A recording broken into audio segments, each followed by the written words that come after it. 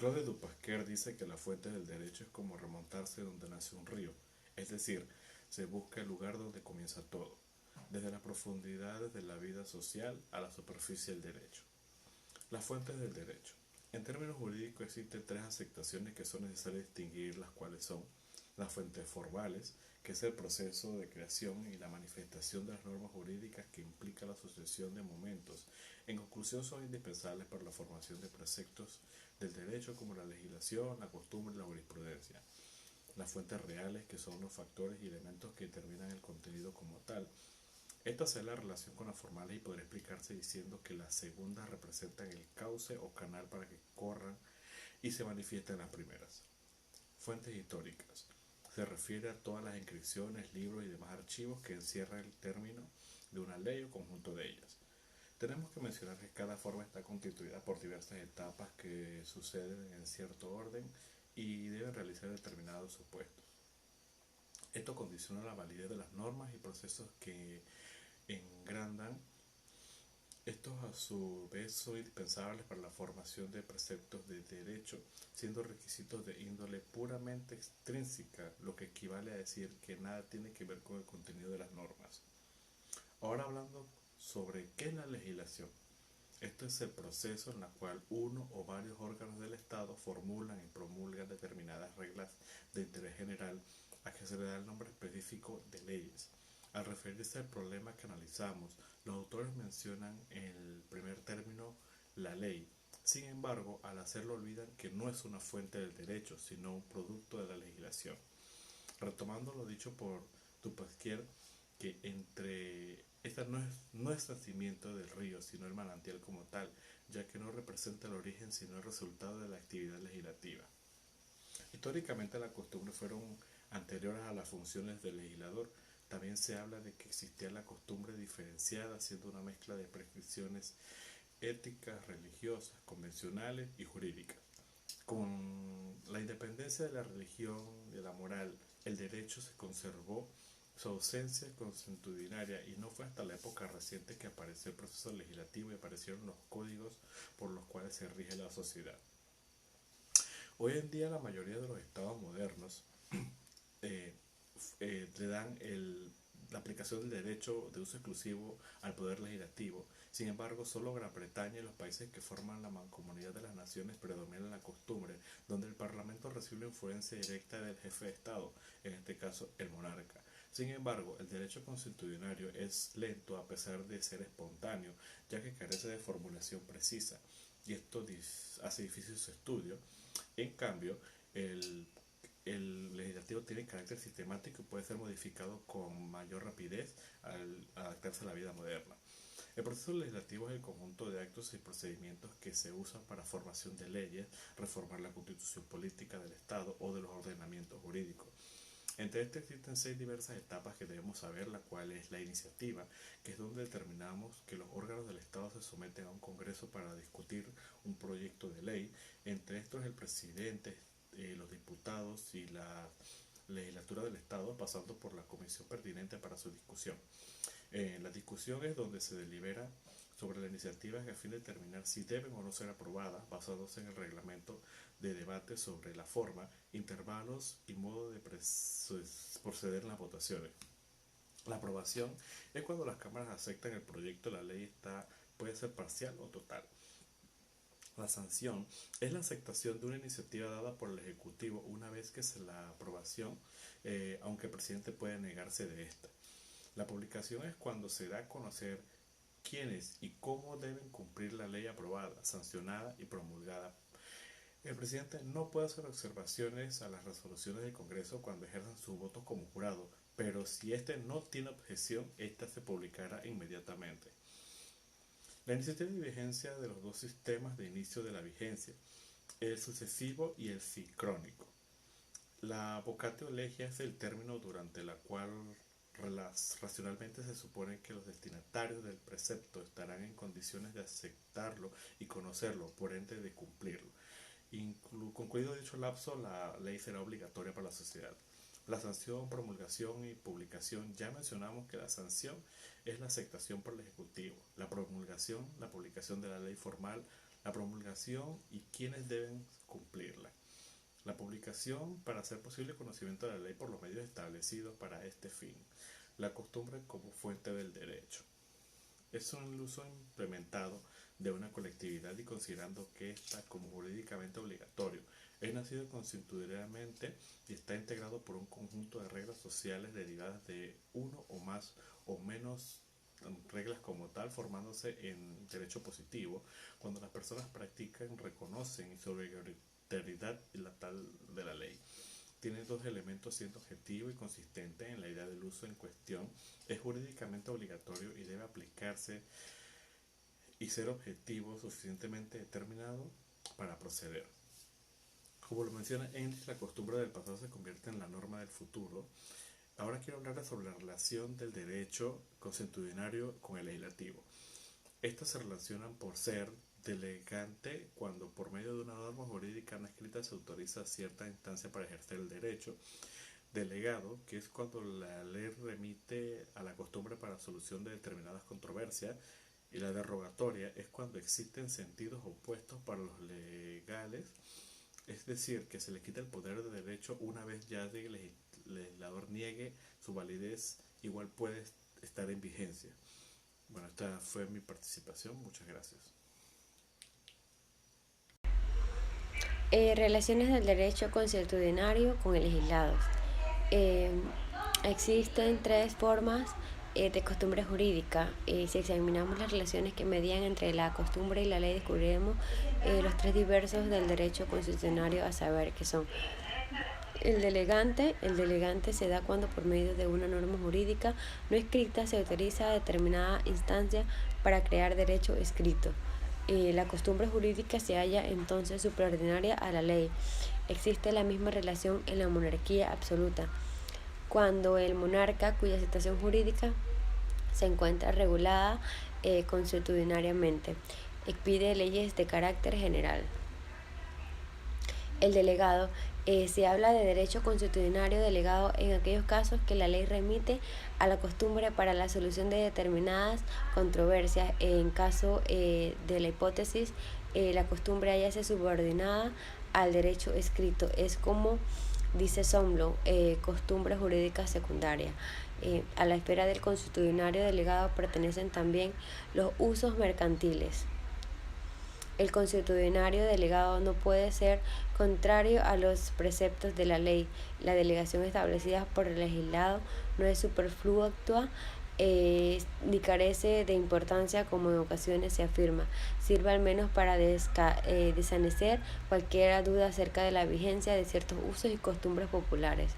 El derogatorio admite la posibilidad de que ésta se forme aun cuando el legislador le niegue expresamente validez, como ocurre y verbigracia, entre otros. La distinción entre las costumbres y los usos.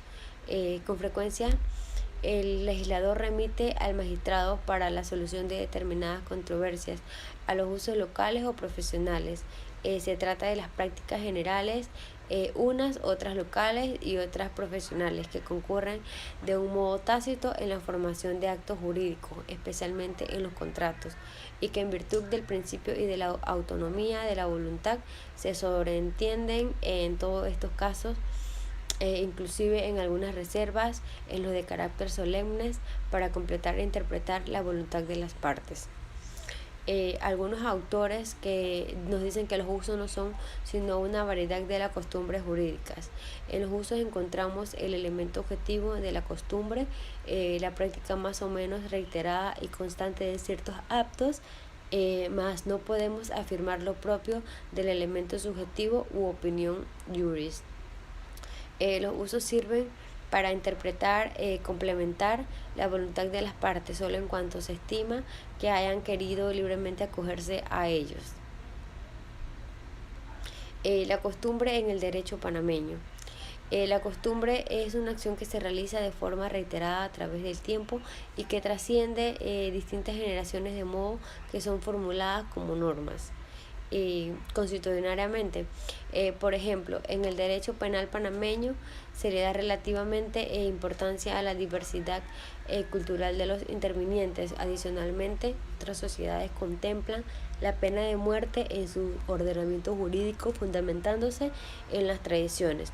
La costumbre como fuente del derecho debe poseer las siguientes características: ser inmemorial, haber sido acatada continuamente, haber sido ejercida en forma pacífica, haber sido sustentado por la opinión de las necesidades, ser razonable, lo que implica, entre otras cosas, que tiene que ser compatible con los principios fundamentales de la jurisprudencia y del derecho legislado. La discrecionabilidad de los jueces influye en gran parte de las normas constitucionarias. La jurisprudencia como fuente del derecho. La jurisprudencia implica el conocimiento del derecho y en este sentido se ha tomado para significar no un conocimiento cualquiera, sino el conocimiento más completo y fundado del mismo, es a saber, el científico. Como sinónima de ciencia del derecho ha ocurrido entre tratadistas y legisladores.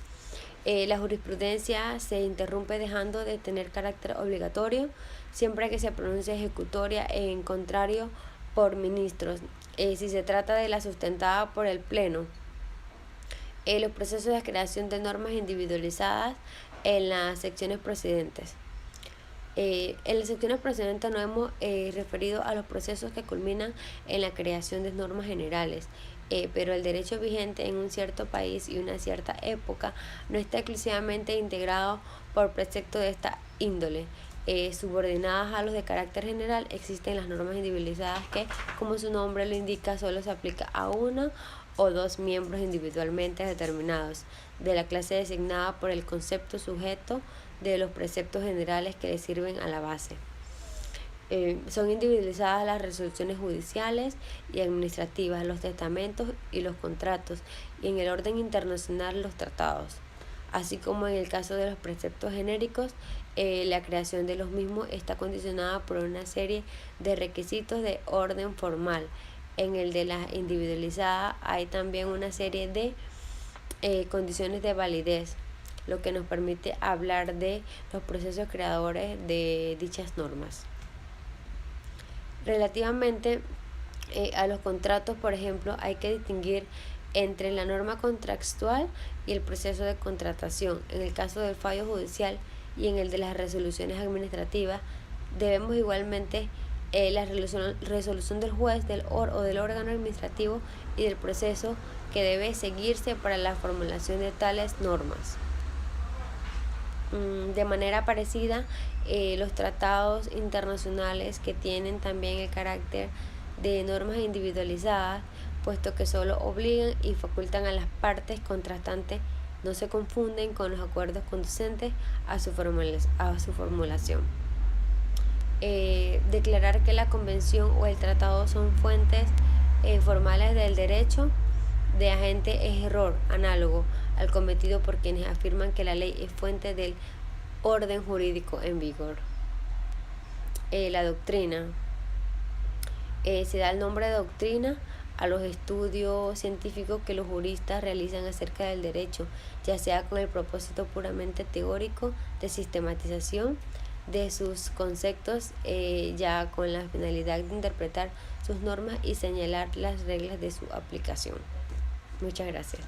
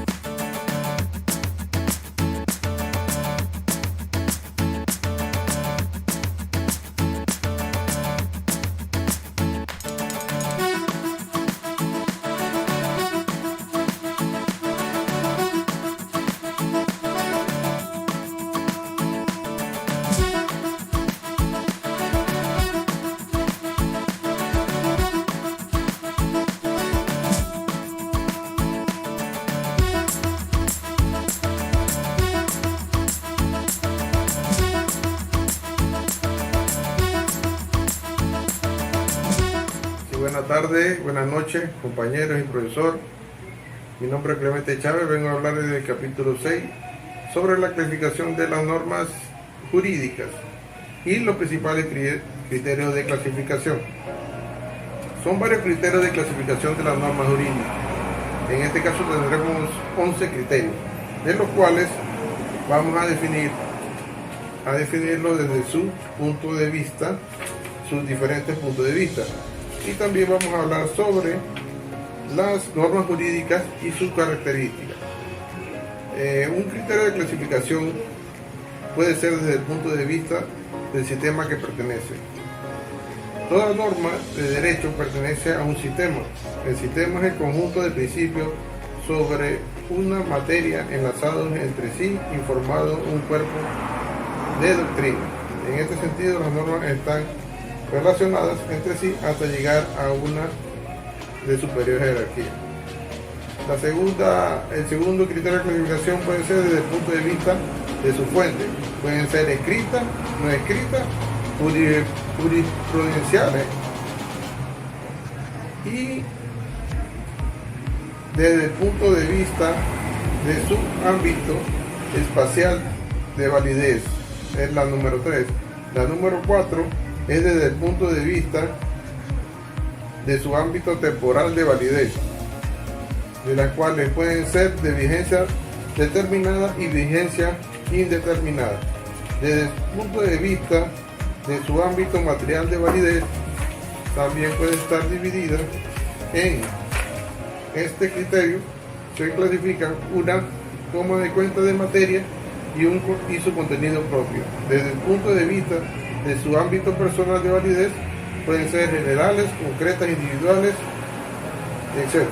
Desde el punto de vista de su jerarquía, pueden ser coordinadas o subcoordinadas. Desde el punto de vista de sus sanciones, pueden ser leyes perfectas, leyes más que perfectas, leyes menos perfectas y leyes imperfectas. Desde el punto de vista de su casualidad, están subdivididas en positivas y negativas, positivas o permisivas y negativas o prohibitivas. Desde el punto de vista de su relación de complementación, están divididas en primarias y secundarias. Desde el punto de vista de su relación con la voluntad de los particulares, se distinguen dos tipos: las taxativas y las dispositivas, de las cuales son las taxativas, que quiere decir son aquellas normas que obligan a los particulares independientemente de su voluntad, y las dispositivas son aquellas normas que pueden dejar de aplicarse por voluntad expresa. Las normas jurídicas se caracterizan por ser bilaterales, heteronormas y coercitivas. Las bilaterales, toda norma jurídica tendrá siempre dos partes: sujeto o evento que la señala y el organismo que se encarga de ella. Las heteronormas significan que la norma es impuesta por una persona u organismo extremo al sujeto que debe cumplirla. La coercitiva quiere decir que el cumplimiento de la norma se obliga a través de las sanciones, además de las autoridades que pueden recurrir el uso de la fuerza. Un ejemplo de esta norma coercitiva es cuando una persona irrumpe a un domicilio o una casa, se puede utilizar la fuerza para sacarlo de ahí. Y cuando él entra a la casa, automáticamente comete un delito. Así que se puede utilizar la fuerza para sacarlo de su hogar. Y con este punto termino el capítulo 6 sobre las normas jurídicas. Espero que se haya entendido dicho tema y pueda ser de relevancia para su futuro.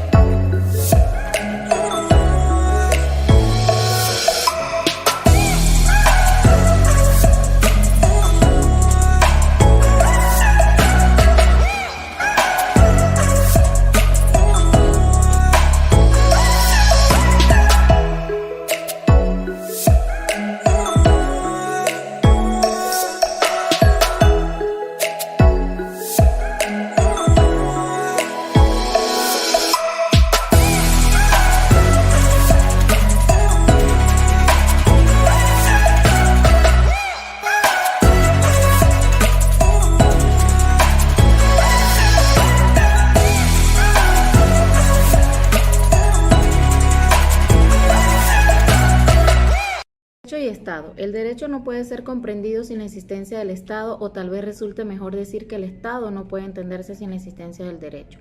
Aunque parezca desconcertante, la afirmación anterior tiene significado en ambos sentidos. Imagina qué sería el derecho sin el Estado que lo declare obligatorio y lo haga exigible, o sin los órganos del Estado que crean y hacen obligatorio la observancia del derecho. Imagina qué sería del Estado sin las normas jurídicas que legitimen su existencia, es decir, sin el derecho que establezca la forma constitutiva del Estado, o qué sería del Estado sin que el derecho le atribuya funciones y se les acote frente a los gobernados. El derecho supone la existencia del poder público, facultado para imponer las normas. Este poder público es lo que denominamos el Estado. Los ordenamientos jurídicos hacen descansar su validez formal en una norma suprema o constitución, que se convierte en el fundamento básico de todo el sistema jurídico. Asimismo, el ordenamiento jurídico se basa en una organización específica, que es el Estado, sin el cual el sistema jurídico carece de validez y eficacia. De esta manera, el Estado se convierte en la fuente formal de validez de todo el sistema jurídico, ya que el Estado es quien garantiza y mantiene el orden jurídico. Así, el Estado crea el derecho a través de la función legislativa, que aplica a través de la función jurisdiccional, de tal manera que solo es derecho vigente el derecho del Estado, convirtiéndose el derecho, por lo tanto, en el conjunto de normas creadas por el Estado. Población. Es una sociedad humana cuya decisión de vinculación dio origen al Estado. Estos elementos de la sociedad humana son los que comúnmente se han denominado población, y sobre el conjunto de individuos que constituyen la población, el Estado ejerce su poder de imperio, por lo que la población puede considerarse como el conjunto de individuos subordinados al Estado. De esta manera, sin la población no puede entenderse la existencia del Estado. La población, desde el punto de vista jurídico, se refiere a todos los individuos que se encuentren sujetos al orden jurídico y sobre los cuales el Estado ejerce su poder de imperio. De modo que sin los elementos de la población el Estado no puede concebirse, pues la población constituye un elemento, inclusive, previo al propio Estado. Territorio. El asiento de la población del Estado, sin embargo, esta concepción resulta limitada, ya que el territorio del Estado tiene, principalmente, una connotación de imperio, de aplicación del orden jurídico. En otras palabras, el territorio del Estado tiene un carácter eminentemente normativo, pues significa el espacio en el que deben realizarse ciertos hechos, especialmente los actos coactivos regulados por el orden jurídico. Podemos afirmar que el territorio es el asiento físico del Estado. Componentes del territorio. Entendido de esta manera, el territorio del Estado comprende el mar que le corresponde y su riqueza submarina, la superficie terrestre, el subsuelo y el espacio aéreo. La soberanía. La soberanía supone necesariamente la negación de cualquier tipo de poder por encima del Estado, es decir, la ausencia de limitaciones o autoridad superior al supremo poder del Estado. Capacidad de organizarse por sí mismo.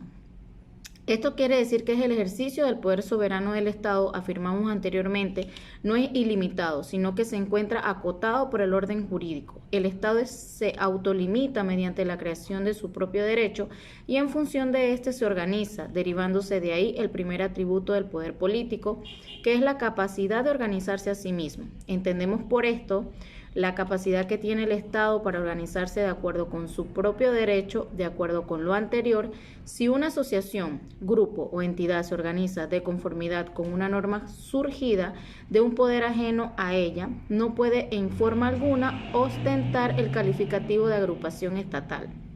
Autonomía. Por otra parte, el Estado tiene la facultad de crear sus propias leyes, aunque esta facultad la acotan las disposiciones constitucionales. La facultad estatal de crear sus propias leyes tienen dos formas de manifestarse: por reglas de organización, que son preceptos que dirigen la estructura y el funcionamiento del propio poder público; por reglas de comportamiento, que comprenden las disposiciones normativas dirigidas a los particulares. Es evidente que el Estado tiene la responsabilidad de actuar de acuerdo con estas leyes. Tanto las normas de organización como las de comportamiento expresan el poder autónomo del Estado. De esto se infiere que la autonomía es la facultad que tiene la organización estatal de darse sus propias leyes, de ajustar su conducta de acuerdo con ellas. Respecto a la indivisibilidad, diremos que el Estado por naturaleza constituye una unidad, mientras que la soberanía es por la definición, no compartida, no dividida y, naturalmente, no puede ser limitada. La soberanía coexiste hablando de varios estados, una al lado de la otra. Esta soberanía es lo que va a constituir la unidad del Estado, su capacidad de organización, su autonomía y su indivisibilidad. La soberanía es un atributo de primer orden de los estados soberanos. Sin embargo, es importante señalar que en ocasiones se discute si la división de poderes de acuerdo con la Constitución va contra de la indivisibilidad del poder político, a lo cual contestamos que de conformidad con las disposiciones constitucionales, la soberanía es indivisible. La Constitución del Estado. La Constitución es la norma básica del ordenamiento jurídico de un Estado, encargada de establecer la regulación jurídica del poder político. En este orden de ideas, definimos Estado como la entidad jurídica ubicada en un ámbito físico, determinando y que ejerce poder respecto de un conjunto de personas. La Constitución opera entonces como la norma que justifica, limita y organiza el poder estatal, estableciendo parámetros al accionar del Estado, definidos por los derechos fundamentales de las personas y por un conjunto de principios, conceptos e instituciones. A la vez, la norma constitucional determina la organización del Estado, en particular respecto a las atribuciones y funciones de los diversos entes que lo componen. Muchas gracias.